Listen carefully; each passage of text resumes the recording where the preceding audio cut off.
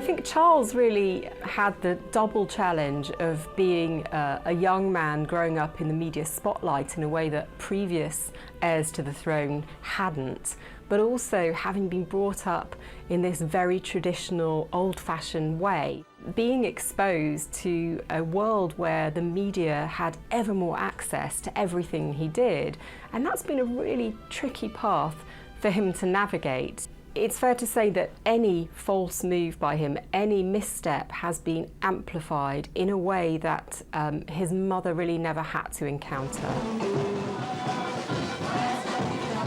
Charles was in demand, his every move captured on the dance floor, on the polo field. Oh, bloody predictable.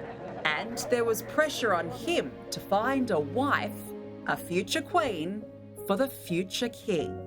This was the most eligible bachelor in Britain, the young Prince Charles, the future king. He fell in love with Camilla, and yet she was not considered suitable. Charles's love affair with Camilla would take more than 30 years to become official. If you look at Charles and Camilla's relationship, it certainly hasn't been conventional by any stretch of the imagination. Lovers in the 1970s, continuing their relationship despite Charles being married to Princess Diana and Camilla being married to Andrew Parker Bowles.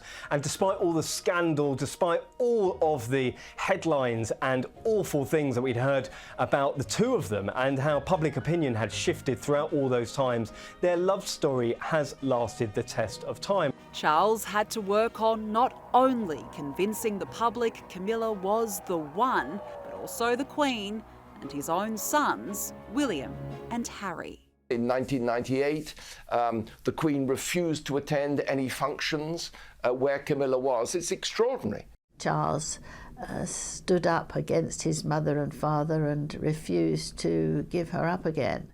His marriage in 2005 to Camilla, grudgingly accepted at the time, but a monumental PR exercise that has rehabilitated Camilla in the public image. I think that he's entitled to fall in love with someone who he was completely compatible with.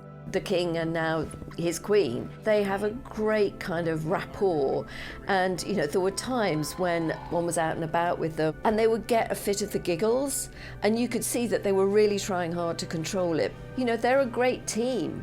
As with other members of the royal family, wouldn't it have been better had he been allowed to marry her in the first place? For a man who has spent most of our lives and his being heir to the throne, his time has finally come. With Camilla, once Queen Consort, now Queen, by his side, he's ready to face the highest profile job in the world.